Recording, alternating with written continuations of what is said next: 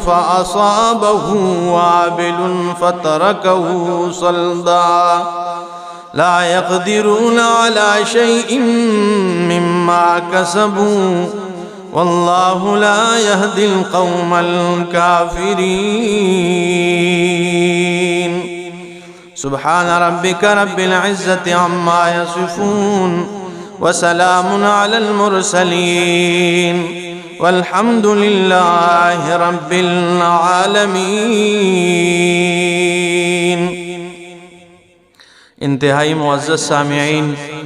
سورہ بقرہ 4 حصوں پر مشتمل، پہلا حصہ اثبات التوحید، دوسرا اثبات الرسالت، اور تیسرا جہاد فی سبیل اللہ، اور چوتھا حصہ انفاق فی سبیل اللہ پر مشتمل ہیں۔ یہ چوتھا حصہ انفاق فی سبیل اللہ یعنی اللہ کے راستے میں مال خرچ کرنا، یہ بیان ہو رہا ہے۔ اس پہ کل پچھلے درس میں کچھ باتیں عرض کی تھی، اور آج بھی اسی حوالے سے اللہ رب العزت نے ذکر فرمایا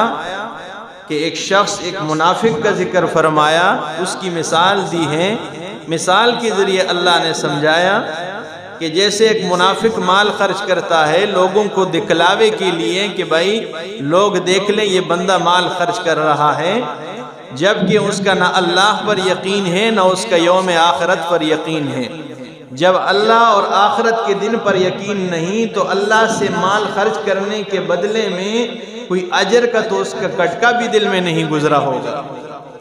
تو اللہ رب العزت نے فرمایا جیسے اس منافق نے مال خرچ کیا لوگوں کو دکھانے کے لیے تو اس کے مال خرچ کرنے کا اسے کوئی فائدہ نہیں، تو اے ایمان والو میں تمہیں بتا رہا ہوں کہ اس طرح اس منافق کی طرح نہ کرو۔ اگر مال خرچ کرنا ہے تو صرف اور صرف اللہ کی رضا شامل حال ہو، اللہ کی رضا کے لیے مال خرچ کرنا ہو۔ تو اس کو مثال کے ذریعے سمجھایا، فرمایا یا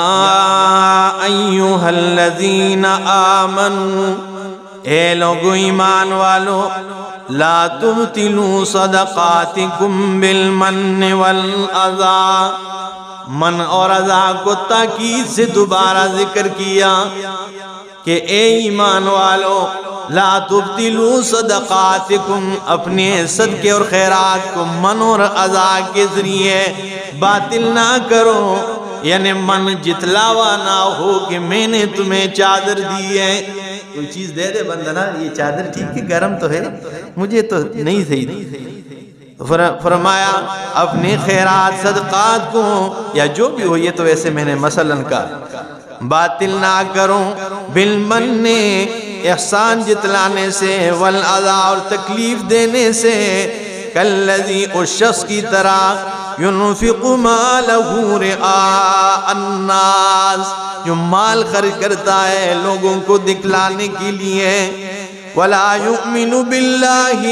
اور نہ اس کا اللہ پہ کوئی ایمان ہے، والیوم الآخر نہ آخرت کے دن پر اس کا کوئی ایمان ہے، فمثلہ کمثل صفوان علیہ تراب، اللہ فرماتے ہیں اس کی مثال اس طرح ہے کمثل صفوان، جیسے ایک پتھر ہو صاف ستھری، جیسے قبر میں آپ میت کو رکھ کر اوپر جو پتھر رکھتے ہیں نا، بالکل اس طرح اس کو ہمارے پشتو زبان والے اس کو تبائی کہتے ہیں، پتہ نہیں آپ کیا کہتے ہیں، کہتے ہیں بھئی ابھی تبائی رکھ دو اوپر، بالکل صاف پتھر کی طرح، علیہ تراب جس پر مٹی لگی ہو، دھول پڑی ہو، اور وہ دھول کے اوپر اللہ فرماتے ہیں فَأَصَابَهُ وَابِلٌ، وہ بارش اس پہ آ جائے، مینا پڑ جائے، فَتَرَكَهُ صَلْدًا، وہ بارش کی وجہ سے وہ پتھر صاف ستھرا بن جائے، وہ مٹی دھول اس سے کیا ہو جائے، صاف ہو جائے۔ بالکل یہی مثال ہے جس نے اللہ کی راستے میں مال خرچ کر دیا، مال خرچ کیا اور اللہ کی رضا اس میں شامل حال نہ ہو، اس میں ریاکاری شامل حال ہو جائے، لوگوں کو دکھلانے کے لیے مال خرچ کریں، اس کی مثال اس دھول کی طرح ہے کہ تھوڑی سی بارش آ جائے، یہ بارش اس کا یہ دکھلاوا ہے جس نے اس کے خرچ کیے ہوئے مال کو برباد کر دیا ہے۔ ٹھیک ہے، برباد کر دیا، اڑا دیا ہے۔ لا يقدرون على شيء، اللہ فرماتے ہیں یہ قیامت والے دن کسی چیز پر قادر نہیں ہوگا، یعنی کوئی چیز اس کے ہاتھ آنے والا نہیں ہوگا، مما کسبوا، جو اس نے کمایا ہے، اس کے کمائے ہوئے میں اگر یہ کسی چیز پر قادر نہیں ہے، یہ کتنی بڑی بدبختی والی بات ہوگی۔ واللہ لا یہدی القوم الکافرین، اور اللہ سیدھی راہ نہیں دکھاتے ہیں کافرین کو، کافر قوم کو اللہ ہدایت پہ نہیں چلاتا۔ وَمَثَلُ الَّذِينَ يُنْفِقُونَ أَمْوَالَهُمْ، مثل الذین، اور ان لوگوں کی مثال، اب دوسرے جو اللہ کی رضا کے لیے خرچ کرتے، ان لوگوں کی مثال، ينفقون اموالہم، جو مال خرچ کرتی ہیں، ابتغاء مرضات اللہ، اللہ کی رضا تلاش کرنے کے لیے مال خرچ کرتے ہیں۔ کس کے لیے؟ اللہ کی رضا کے لیے مال خرچ کرتے ہیں۔ اور ان کی مثال، اللہ نے ان کا ذکر سورہ دہر میں، جسے سورہ انسان بھی کہا جاتا ہے، اللہ نے آیت نمبر 8 میں ذکر کیا ہے، فرمایا وَيُطْعِمُونَ الطَّعَامَ عَلَى حُبِّهِ مِسْكِينًا وَيَتِيمًا وَأَسِيرًا۔ اللہ فرماتے ہیں یطعمون الطعام علی حبہ، اور وہ محبت میں مال خرچ کرتے ہیں، مسکینا و یتیما و اسیرا، مسکین پر خرچ کرتے ہیں، و یتیما، یتیم پر، و اسیرا، اور قیدی اور غلام پہ خرچ کرتے ہیں، اور کہتے ہیں انما نطعمکم لوجہ اللہ، یہ جو تمہیں ہم نے کھانا کے لایا ہے، یہ مال دیا ہے، یہ ہم نے لوجہ اللہ، صرف اللہ کی رضا کے لیے تمہیں دیا ہے، ہمیں اور کوئی مقصد نہیں ہے۔ لا نريد منکم جزاء ولا شکورا، وَلَا نُرِيدُ مِنْكُمْ جَزَاءً، ہمیں تم سے کوئی بدلہ بھی نہیں چاہیے، وَلَا شُکُورًا، بدلہ تو درکنار، ہم تو اتنا بھی نہیں کہتے کہ تم اتنے الفاظ کہو، شکر گزار ہیں ہم، یعنی ہم تو شکریہ بھی نہیں چاہتے ہیں، بس ہم نے جو کچھ خرچ کیا ہے، کس کے لیے کیا ہے؟ اللہ کے لیے خرچ کیا ہے، تو پھر اس کا بدلہ بھی تو ملتا ہے نا۔ وقتی طور پہ بندہ مال خرچ کرے، تھوڑے مال میں بندہ کمی نظر آ جاتی ہے، بھائی میں نے اگر مثال 10,000 روپے 5 دیے تو 5 لے گئے نا۔ ایک مولوی بیان کر رہا تھا تو کہہ رہا ہے کہ اللہ کے راستے میں 1 خرچ کرو تو اللہ 1 کے بدلے 10 دیتا ہے، ٹھیک ہے۔ بندے نے بیان یہ جب بات سنی، باہر نکلا اور گھر جا کر 1 روپے اٹھا کر خرچ کر دیا۔ 1 دن گزرا، کچھ نہیں ملا، دوسرا دن گزرا، کوئی چیز نہیں ملی، تیسرے دن یہ بڑے پریشانی کے عالم میں ہے اور اس کا پیٹ خراب ہو گیا، 10 لگ گیا، اسے پیچس لگ گیا، کھیت میں جا رہا ہے، آ رہا ہے، ایک بار ایک بنے کے اوپر بیٹھا ہوا ہے، زمین میں ایسے ہاتھ مار رہے، پریشان ہے بڑا، وہاں کچھ سونا مل گیا۔ جب وہ سونا اسے ملا تو یہ اٹھا کر لے گیا، دکان والے سے کہا سنیارے سے بھئی یہ کتنے کا ہے؟ اس نے کہا یہ 10 روپے کا ہے۔ اس نے کہا ٹھیک ہے یار، یہ بات تو سچ ہے کہ 1 دو تو 10 مل جاتا ہے، 1 کے بدلے اللہ 10 دیتا ہے۔ دوسرے جمعے پھر مسجد گیا تو پھر مولوی صاحب نے یہ بات کی کہ جو 1 خرچ کرے گا اللہ بدلے میں 10 دیتا ہے۔ اس نے آگے سے کہا مولوی صاحب 10 تو دیتا ہے لیکن 10 بھی ساتھ لگا دیتا ہے، ٹھیک ہے، پیچس بھی لگا دیتا ہے، ٹھیک ہے۔ تو وقتی طور پہ بندہ تھوڑا سا بھائی دیکھتا ہے کہ شیطان ہوتا ہے بظاہر، اس کے حملے تو ہر طرف سے ہوتے ہیں، کیوں خرچ کرتے ہو، مال کم ہو جائے گا، یہ چیزیں، لیکن بدلہ اللہ بہت بڑا دیتا ہے۔ تو فرمایا جو مال خرچ کرتے ہیں اللہ کی رضا کے لیے، وَتَثْبِيتًا مِّنْ أَنفُسِهِمْ، اور اپنے آپ کو مضبوط کرنے کے لیے، ثابت قدم رکھنے کے لیے، كَمَثَلِ جَنَّةٍ، ان کی مثال ایک جنت، ایک باغ کی ہے، بِرَبْوَةٍ، جو ایک اونچی جگہ پر ہو۔ جب باغ اونچی جگہ پر ہو، اس پہ بارش لگ جائے تو جو پانی اسے ضرورت ہو وہ لے لیتا ہے، باقی نیچے چلا جائے، اور جو گہرائی میں ہو تو جب پانی پڑے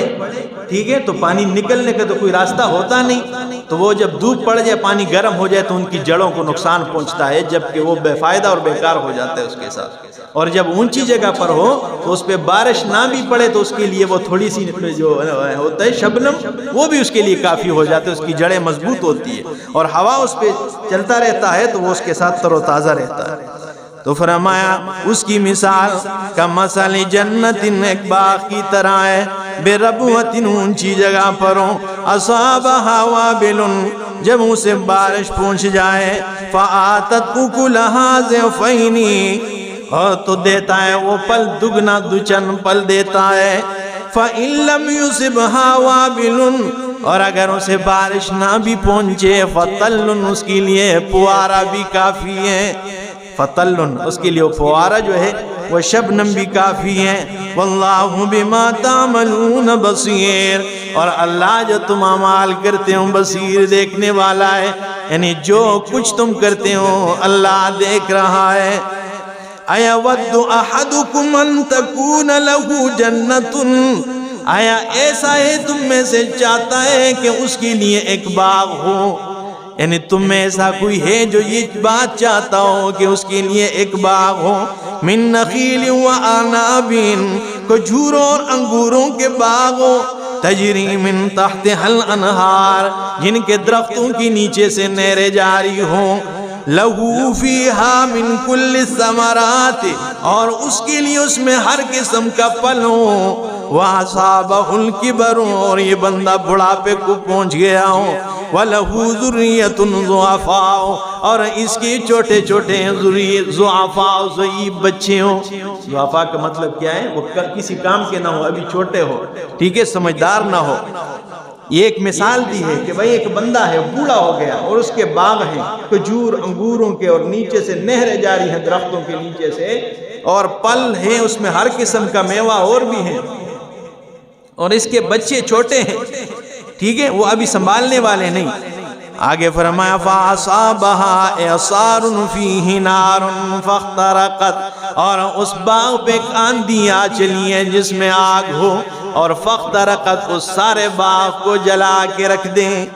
كَذَلِكَ يُبَيِّنُ اللَّهُ لَكُمُ الْآيَاتِ، اسی طرح اللہ کھول کھول کر بیان کرتا ہے تمہارے لیے آیات کو، لعلکم تتفکرون، تاکہ تم غور و فکر کرو، یعنی اللہ مثال کے ذریعے سمجھانا چاہتے ہیں کہ بھئی ایک بندہ بوڑھا ہے، وہ ضعیف ہو گیا ہے، اس کے بچے چھوٹے ہیں، اس نے اپنی زندگی میں کوئی مال اللہ کی راہ میں خرچ نہیں کیا ہے، تو آیا تم ایسا چاہتے ہو کہ اب ایسے موڑ پہ آ کر تم پہنچ جاؤ اور تمہارے باغ کے اوپر ایک آندھی آ چلیں جس میں آگ ہو، اور اس آگ کے ذریعے وہ باغ جل کر راکھ ہو جائیں؟ ایسا ہو جاتا ہے، پھر جب نہیں ہوتا ہے نا، اللہ نے فرمایا نا پھر ایسا بھی میں کر سکتا ہوں۔ یا وہ بندہ علماء نے مانا کیا ہے کہ اس کے اولاد ہوں، ان کے وارث موجود ہوں، اور وہ جوانی میں تو مال خرچ نہ کریں، اور جب مرنے کے قریب آ جائیں تو اب وہ تو مر رہا ہے، یہ مال اس کا نہیں ہے، یہ مال دوسروں کا ہے، تو اپنے بچوں کے مال پہ ڈاکہ ڈال کے کہتا ہے اب اللہ کے راہ میں خرچ کرو، ٹھیک ہے نا، این وقت جب مرتا ہے نا تو ان بیچاروں کے جو ہے نا مال سارا اب خرچ کرو، یا کوئی وصیت کر جاتے ہیں کوئی نہ کوئی، میرے مرنے کے بعد میرا مال صدقہ کرو۔ وہ زندگی میں تو نے کبھی اللہ کے راہ میں ایک پائی خرچ نہیں کیا، ابھی اوروں کا مال خرچ کر رہا ہے، تو مر رہا ہے، ٹھیک ہے۔ تو یہ ساری مثالوں کے ذریعے اللہ سمجھاتے ہیں۔ آگے فرمایا بھی ہے كَذَلِكَ يُبَيِّنُ اللَّهُ لَكُمُ الْآيَاتِ، اسی طرح اللہ کھول کھول کے تمہارے لیے آیات بیان کرتا ہے، لَعَلَّكُمْ تَتَفَكَّرُونَ، تاکہ تم غور و فکر سے کام لو۔ اللہ عمل کی توفیق عطا فرمائے۔ آخر دعوانا